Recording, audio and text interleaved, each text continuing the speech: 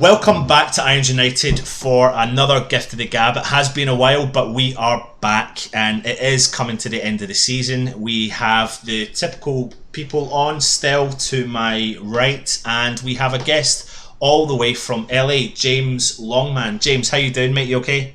Yeah, very well, thank you. Very well. Just give a kind of brief description of what you're doing in LA, James, and why West Ham and all that malarkey, if that's okay.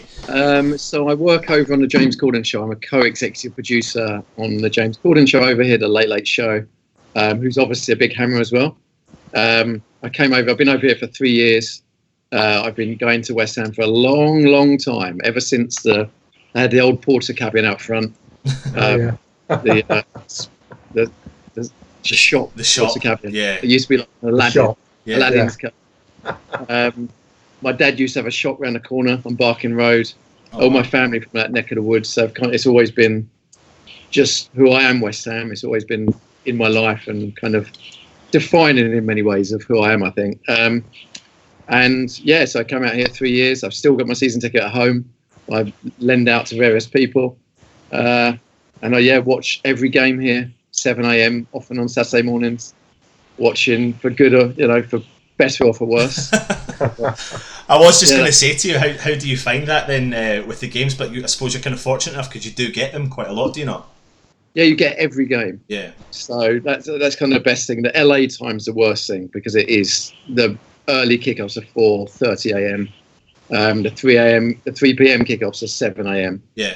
And then you can get the FA Cup. You just subscribe to another channel for FA Cup. But yeah, every game is on, which is amazing.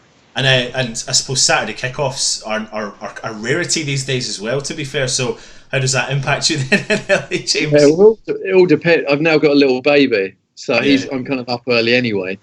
So good excuse for getting up to watch the games. It's an alarm clock I used to need that I don't need anymore. So he wakes up, of course, and he kind of potters around watching it. Well, again, thanks for coming on, James. Still, obviously, you're here. You're a regular on the show. This is the gift of the gab. We just give a general chit-chat. First thing I want to say to you, James, is, I suppose we'll talk about the season in general, but just give me your quick overview of Tottenham, the Tottenham game in particular.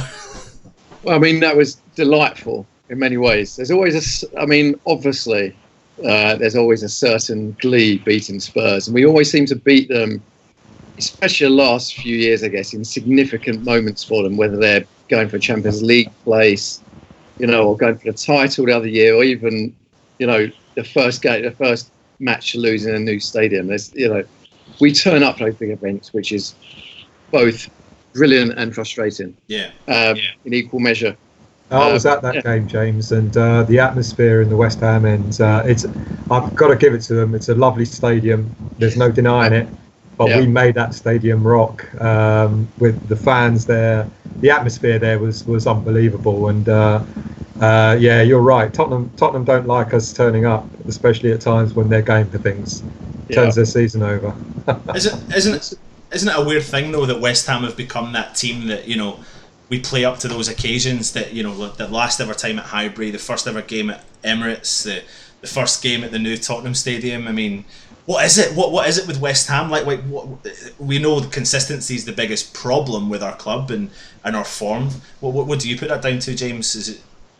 I don't know really. I was talking to explaining the various rules of the Premier League and the Champions League and Europa Cup and all these different cups we're in to the Americans this week, and I was talking about when we stopped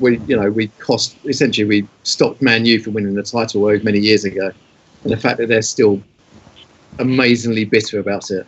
I guess it's part of West Ham's charm and part of frustrations because lots of people are like, oh God, if we beat Tottenham, it's a great season. Well, it's not a great season if we beat Tottenham. It's wonderful to beat Tottenham. But we need some kind of consistency as a club. And as far as I can work out, we've never had consistency. And I don't know if it's... Sometimes I feel like it's part of our DNA to be inconsistent and to be frustrating and just to charm the fans and amaze the fans on the odd occasion. But I would also love a little bit of consistency where we can beat Tottenham and then we can beat Brighton and we can beat Bournemouth rather than just losing to Watford and then beating I don't know, holding Liverpool to a draw, whatever. All of these things, I just wish we could get maintain or see a level of consistency, because that's the only way we'll grow, and we won't grow the way we currently work. What do you think of Pellegrini, James? Do you think that maybe he'll bring that consistency about? I know his first season has been inconsistent, which is typical of us, but the last few games, I think the last sort of three, 4, 5 games, even though a couple of results haven't gone our way, there has been a lot better form. He's beginning to finally find the West Ham team that he wants to play in his style. Yeah, I think, look, I was excited by him as a manager. Part of me thinks it's always a game with West Ham. It's always the kind of betting on someone who's done it before without thinking too much about the future.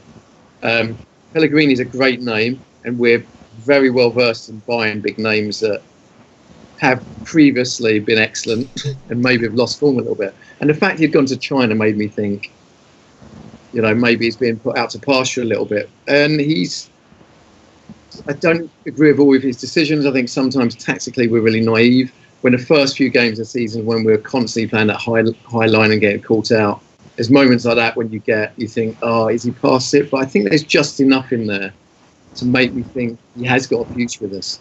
And I guess a lot depends on what funds he's given to spend in the summer, because he's kind of got half a team. I totally agree. Yeah, and another summer, hopefully he'll get 3/4 of a team, because we're not going to buy a whole another second. We're not going to complete the team in another summer. We'll hopefully complete the team in another summer. So it's all building blocks, and hopefully he'll be given the funds and kind of the means to keep building, because one season is impossible to really get a good overview of everything. James, are you a realist West Ham fan, or do you get taken off in these this world of dreamland? Like, if I'll give the example, I'm the world of dreamland, because the minute we spent £100 million, I thought we were going to challenge the top 4, and I just got carried away. The 12-year-old West Ham fan came out in me, not the 35-year-old man that I am, who has a real who needs to bring that to the forefront of my mind. What kind of fan are you, like, with the £100 million that we spent last summer? I think if you go, you have to get carried away, because otherwise it would be hopeless supporting this team. There has to be an element of have to believe and always think we're going to do well, because otherwise what's the point? We've been doing it every year for so many years. We flattered as a sieve. Our whole brand is built on blowing bubbles that fade and die. It's kind of like it's this ridiculousness. The song is quite apt for us, isn't it? It's what we hold on to. And I think that I do get carried away, and every player, I want to be the best player in the world, and I've got the best will in the world to every player we have. But I think we're a long way away from being that dream team. A long way away, and I guess I get discouraged when you see Tottenham get an amazing purpose-built stadium, and we kind of do things on the side and hope they work out. A lot of our club is based upon, fingers crossed. When you put it like that. I kind of agree with you about us having Pellegrini having half the team he wants. It's going to be an interesting pre-season. It's going to be an interesting summer, because the rumour is he's only going to be given about 30 million to spend, but that means he's going to have to generate quite a lot of money. I'm going to do a show in about a week's time to talk about. I'm forever giving this lot lists of all the players who I think are going to leave the club.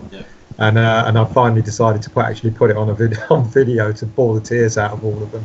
But I reckon he's going to generate about 40-50 million plus the 30, which is going to give him a reasonable amount of money to spend. And a lot of people are going to say, well, can you sell a lot of these players? But a lot of the players I'm going to talk about are going to be quite peripheral, haven't played, been out on loan, sort of like squad players. And if he does generate, say, about 80 million, I reckon with a few shrewd buys, he could have an almost full squad that he wants, or certainly a first 11. But it's going to be hard work for him. So with that knowledge, sorry James, go for it. No, I was just going to say, with your kind of point about 100 million last summer, I feel like that we haven't spent money for years, really. So that is almost a build-up of 3 or 4 summers worth of money. Yeah, So, it's been saying the same. Yeah, it's like a statement of intent, but really, it's kind of a, we should have been built. We've got to be forward thinking. We've got to build teams. We've got to build club and build a structure and everything. And I feel like we're very immediate. There's often no forward planning. Yeah. It's like let's do this now and worry about it later. And we need to start thinking about the future and think about a few steps in the front rather than just think about now. I suppose the biggest concern about that £100 million in the last summer is that we have to keep that investment coming from now on. It's a bit like when another conversation for another day about the boards last season, and I was talking about the investment for this last summer, but for me it was about the consistent investment for the next 2 summers. Like this, if they invest another 100 million this summer, there's the makings then of not just half of a team, but 3/4, if not nearly a full team, and then another summer of £100 million, and then I'm starting to go, do you know what? They're taking this challenge seriously. They're backing Pellegrini, because the 100 million came 3 years or 2 seasons or 3 seasons too late for me. Yeah, our first season into the new stadium, when we had a good season with Bilic. Yeah, that's when they should have really invested, and they they got a lot of players in, but they got a lot of players in on the cheap, and they weren't the right players, and it was just filling up the squad with sort of almost also rounds who weren't really right for the team. James, that's where they should have really invested. So, some of the squad just now, what are the players that you would who's your kind of top list of players you would sell from the squad we've got? Well, I think that we're going to need another keeper, aren't we? I'm just thinking in terms of what we need. We're going to need another keeper and a backup keeper, and Fabianski has been outstanding. Unbelievable. Just to him. We're going to need another keeper. Then there's a question about Cresswell and Masuaku, both of whom I rate, actually. I think when Arthur's playing well, I love him. I'm laughing, James, because he's still not his biggest fan. The sooner he's sold, the better, really. But anyway. I think it feels like he's getting a little bit of form, but he's inconsistent. So is Ogbona's inconsistent. I know we're getting... Fredericks is starting to look the real deal. I like the look of him. Yeah. Zabaleta is... I know we've just got him for another... Well, he's probably got... At West Ham, he's probably got 20 years left in him. So, he's at the start of his career. I reckon he's great experience. I love Zabaleta, so I'd say hold on to him, which we are doing anyway. And just but then I guess the big thing is we need, Noble, although recently he's playing very well. We all know Noble's underway. The end of his West plan days really, and we need We need backup in there. We need, I'd say, clear out all the forwards, get rid of them all. I've got no interest in any of them, really. Yeah, absolutely. I mean, Arnie, Hernandez, Carroll's going. So all of these guys, I have a clear out. That's a big one. We've got to start fresh up top, and I don't know what our plan is. I know there's talk of, is it Gomez, isn't it? Gomez, yeah, Celta Vigo. Yeah. But you know yourself, though, James, and it feels a little bit like that again. It's that player that we're linked with. We've been linked with for 6 or 7 months. It comes to push comes to shove, he'll sign for Liverpool or someone else, and then we'll be starting again. And I suppose that's the concern. I think if we don't get Gomez, and I think all the players you've just mentioned there, James, I totally agree. And there's some squad players on top of that I think will go as well. But I think out of the forwards, it looks like Arnautovic is going to probably stay. But even if he does, I think we should still get two strikers in. And there's in doing the research I've done for the review show for transfers, there's an awful lot of very, very, very decent players who are out of contract this summer. Oh, really? So it's going to be quite interesting to see how.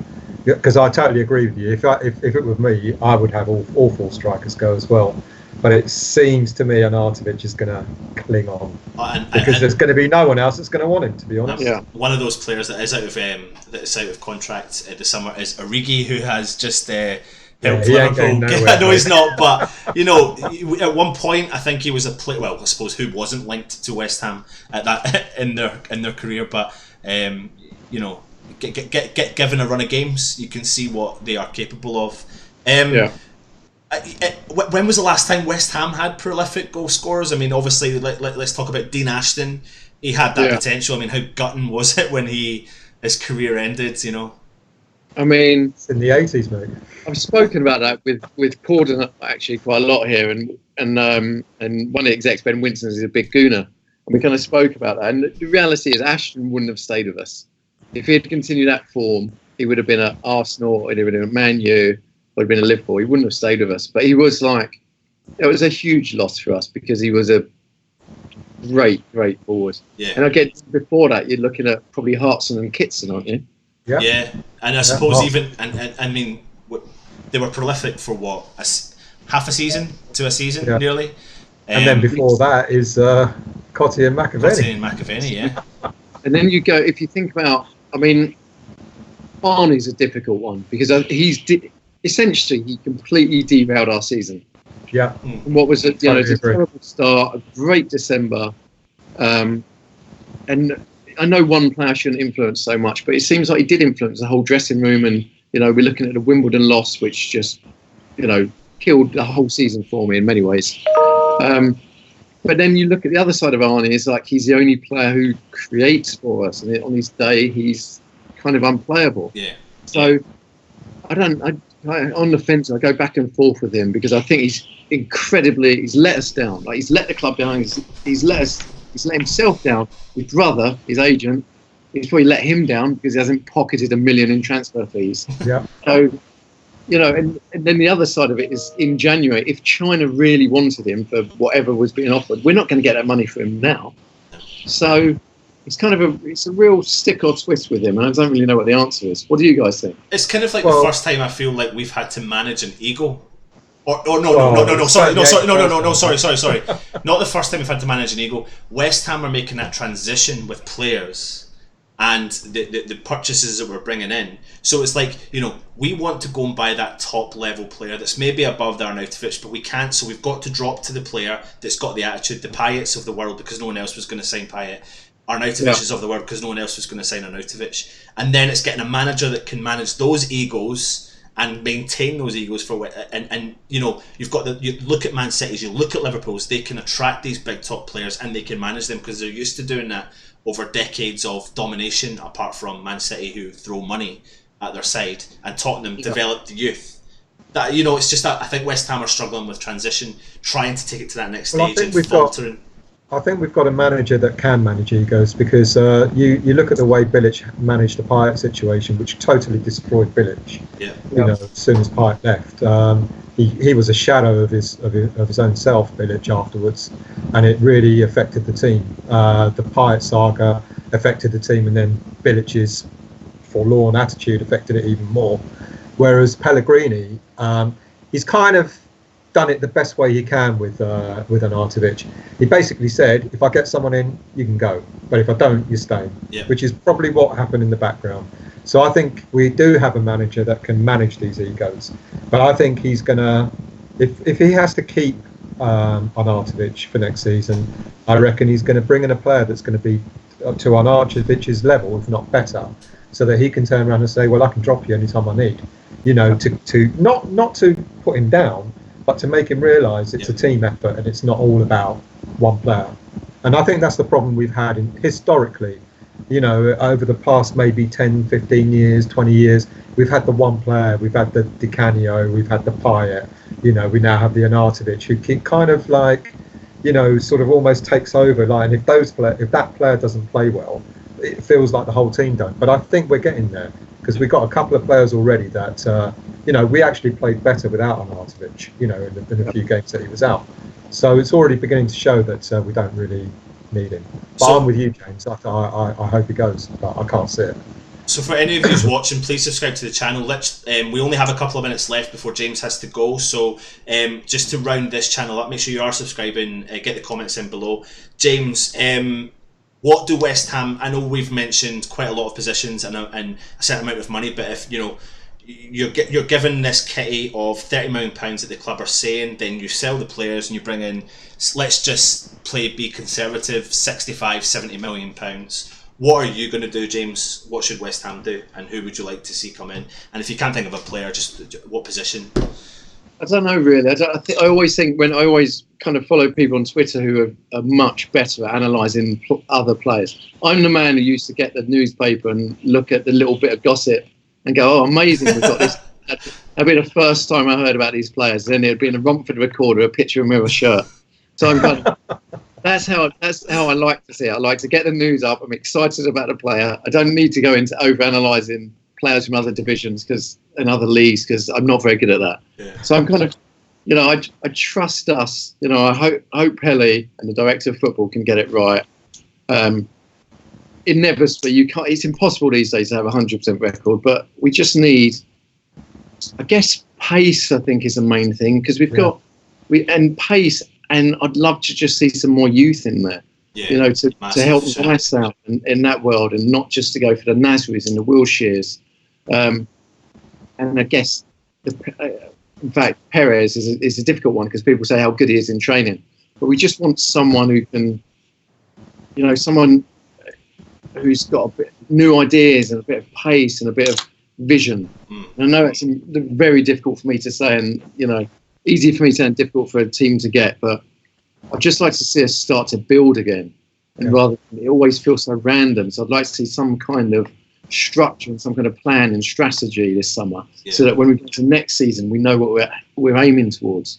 And then I guess I want to see some level of consistency, because the reality is losing to FC Wimbledon in the Cup is just not good enough. And I don't want to be that West Ham anymore. I'm not expecting us to be in the Champions League, but I'm expecting us to have a good cup run, and to comfortably finish top 8, I guess, rather than straggling around over the season of like, maybe we'll win here, maybe we won't win here, and celebrating a Tottenham win like it is a cup final, because that isn't good enough for me anymore. I just want to see some progress. Well, so that's what we could do, James, is when you've got a bit more time, when it comes to the season preview next season, we'll try and get you on and we'll talk and we'll see after however much money West Ham have spent, whoever we've brought in, and we'll see what all our opinions are, maybe where we're gonna sit in the league table. Hopefully I'll calm down a little bit, but I quite like your point about when you read the newspapers and you've seen these players' little clips, because I remember you used to get Team Talk or Club Call, or you used to go to Teletext and go to 338 on certain channels, look at all the gossip column, and one point I remember Gabriel Batistuta was actually linked to West Ham, and I was like, oh my god, this amazing Argentinian guy's coming to us. And then obviously it didn't happen, but then fast forward to when the days of Tevez and Mascherano. But anyway, that's another. It's those surprises that I used to love, and even I was so excited when we signed Andy Carroll. Here's the thing: I'm very easily pleased as a West Ham fan. I like to see effort, and I like to see, a little bit of creativity and fun and good goals, and I've still got my scrapbook from when I was growing up. I had every cutting out of Leroy Rossini scoring his goals. Players like that I used to love. I don't really mind if actually they're very good or not. I just want to see players try. That's why I kind of like Snodgrass, because you see him trying all over the pitch and that kind of world. And I'd like to see us as a team in a way embody someone like, I don't know, I guess I want a bit nicer football in Snodgrass, but that kind of passion on the pitch, and Noble has that passion, and if we can just infuse the rest of the players with that and the team with that and have consistency, then I guess we're some ways of being the West Ham that we all want us to be. Yeah. Absolutely. Listen, James, I know you need to go, so listen, thank you so much for coming on our show. Stel, thanks for coming on again, and we'll look forward to your list, but in a video format. Make sure you subscribe to the channel, get your comments in below, let us know if you agree with us on all our points. Short and sweet gift of the gab tonight, but we'll be back again at some point this week. And Watford in the weekend, last game of the season. Let's just keep that momentum up and keep going. There you go. Brilliant. He's been James, he's been Stel, I've been Anton. Come on, you irons. Come on, you irons.